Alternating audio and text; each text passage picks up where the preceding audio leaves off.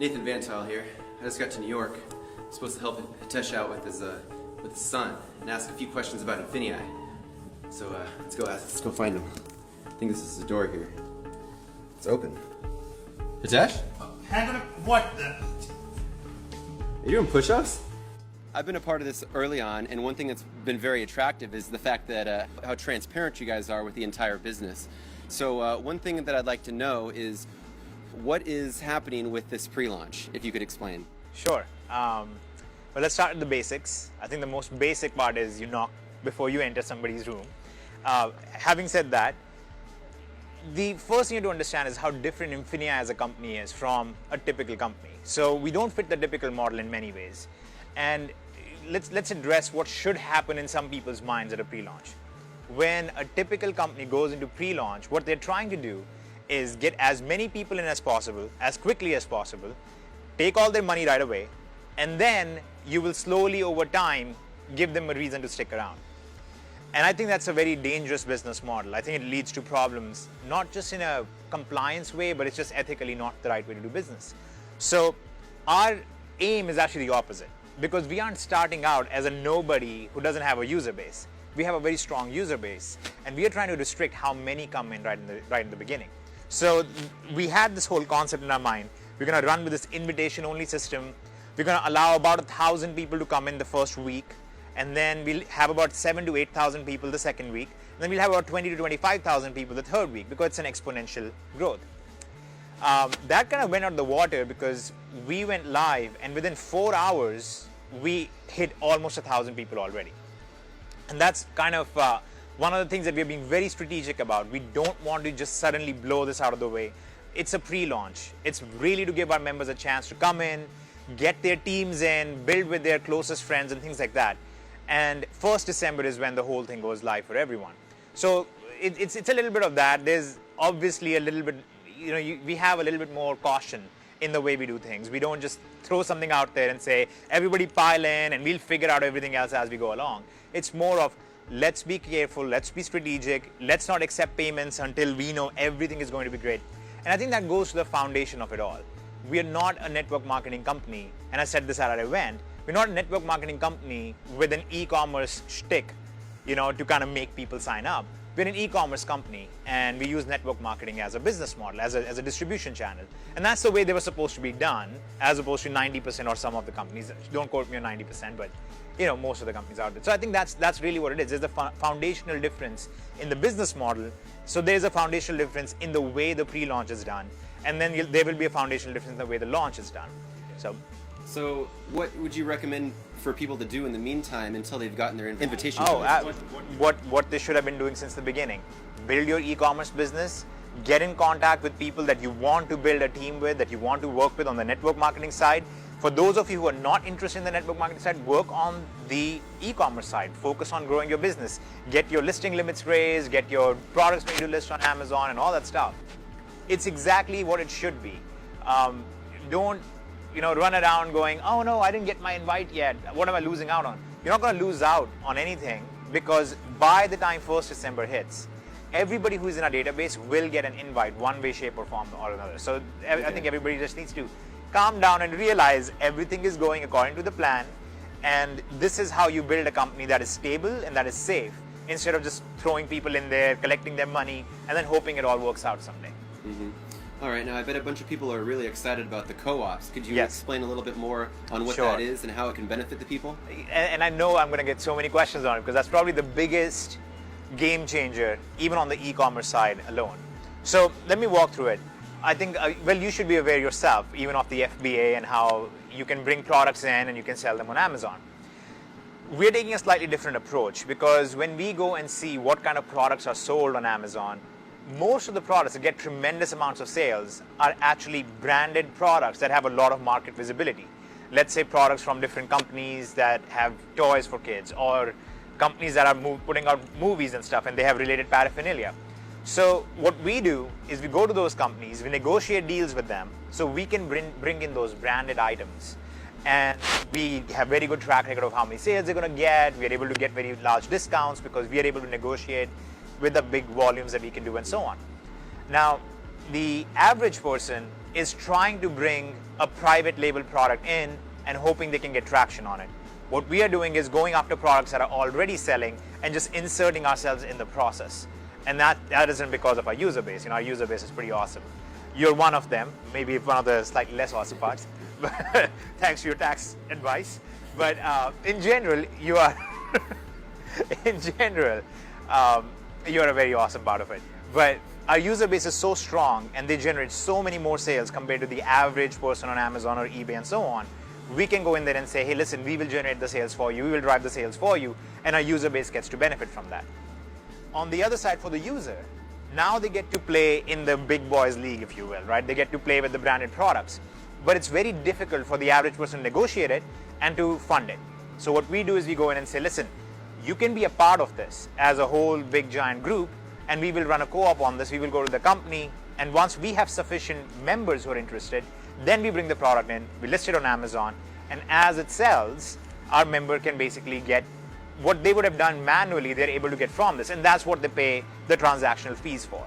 So essentially, we're providing a service that I think is very much needed for the average user and will help us take down the road of where we are trying to go, which is having our own internal marketplace with our own internal consumer base, which I think should be the aim of any company getting out there. And then next on the list would be the digital. So could you explain a little bit more about INFINii Digital? Sure. So actually, we just did our first beta launch of a product in INFINii Digital landscape, which is the Shopify product. And if you look at the digital products out there, I think it's about very fair to say, and I might be overestimating this even, that 99.9% of the products will never do even 6 figures in gross sales. Okay. So we just put out this first product. We were very careful to not over push it. Okay, we did not bring in outside affiliates. We did all of the things that we do when we're being cautious, and they just grossed over $300,000 in their first week. That's a very, very strong showing. So we know we have something very strong for our digital producers. People who have digital content. I know people like you, there are many people like you who have figured out a unique twist on how to do business better, or know a little bit something about anything. You know a little bit about photography and how to enter people's doors without knocking and showing decent politeness. You could make a course about that kind of stuff and put it out there. And as people purchase it, without you having to manage it, you don't have to manage the payments on it, you don't have to manage affiliates on it, you don't have to manage the tracking on it. The INFINii Digital project basically takes care of all of that for you.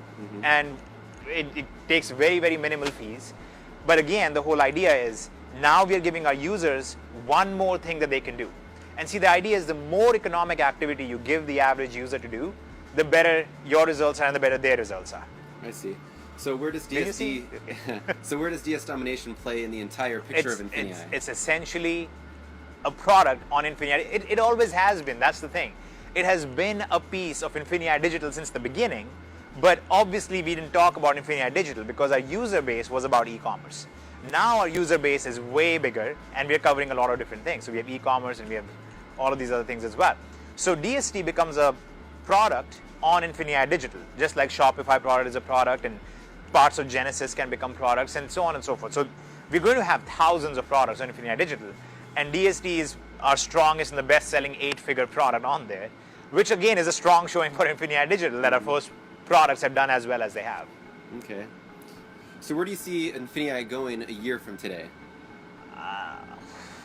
That is a very difficult question to answer because I'm in a place where I can see what it could be, right? And then you also have the real world projections of this is probably what's going to happen, and so on. So it's hard to say because INFINii is such a massive conglomerate. There are so many different pieces in there. It's safe to say I expect us to be the best business model for the average consumer out there. That's really the aim to begin with. So that's what we want to begin with. That's what we want to achieve. At the same time, I think what we want to do is create a community where everybody can be doing different types of economic activities, but they're all benefiting together. So if you're selling on eBay or Amazon, great. If you're selling digital products, that's great. If you're referring vendors, that's fine. If you're manufacturing your own products, awesome. If you're going to be in the lead generation business or providing marketing consultations or whatever, all of those things will somewhere fit into the INFINii system as a whole, even freelancing in general. So it's hard for me to just look at that and say, oh, here is what's going to happen. And I think people who speak like that typically have limited business experience, and they are the app launchers. They're like, oh, I'm going to launch an app and I'm going to revolutionize the way people eat food, and then nothing happens. So I'm very cautious about projections, but I think we are already the best business model that exists for the average user, and I see us really solidifying that position over the next year or so. Okay. And then one question that I've seen a lot on Facebook is questions about trainings on each one of these moving parts in INFINii. Is there going to be trainings for vendors on how to Yes. plug in vendors? So all of this, so forth? yes, all of this training will be there over time as it becomes more and more relevant. One of the concerns that I have is if you have so many different directions that you can't just throw somebody out there, right? I mean, we're not born with 5 degrees given to us and saying, all right, go out and choose what you want to do. You take a long time nurturing that. You try and figure out over time what are your interests, what is your expertise, and then you go in that direction a little bit more. So we're going to release these pieces over time in an individual way. You want to give people a very clear direction on this is the most profitable path for you. This is the strongest showing so far, and give that to them and let them make their decisions with that. So we are not going to, like, the day we'll go live, we're not going to suddenly have, here's how you go create products for digital, and here's how you freelance, and here's how you refer vendors, and it's going to be very controlled. It's going to be, here's how you sell on eBay and Amazon, here's how you participate in the co-ops, and here's how you participate in the marketplace. Now you have something to begin with. Start solidifying your business. And that is the other thing you have to keep in mind. We are not trying to throw out a bunch of things and see what sticks. What we are trying to do is throw out what we know already works, let people use it, and then complement that over time and let them build up from it over time. Okay. Does that make sense? Yeah. So I guess a lot of people's question is, how do you come up with stuff like this? Like INFINii, like... Okay. Well, that would be like asking, how does a baseball player hit the ball so well? Or it's, we all have our thing that we do. And I used to always say, oh, it's nothing special. It's, anybody could do this. But I've realized over time that there are people who have different skill sets. And one of mine is being a little out there and being slightly weird and making really somewhat uncomfortable jokes about people. And one of those skill sets kind of applies to trying to look at a problem and saying, all right, here is a solution that currently doesn't exist. Because I think the way most business works, and that's a very good thing that most business works like that, most businesses are created to do something better, right? They look at a problem that is already being solved and they say, I can do this better. They build a better mousetrap, if you will.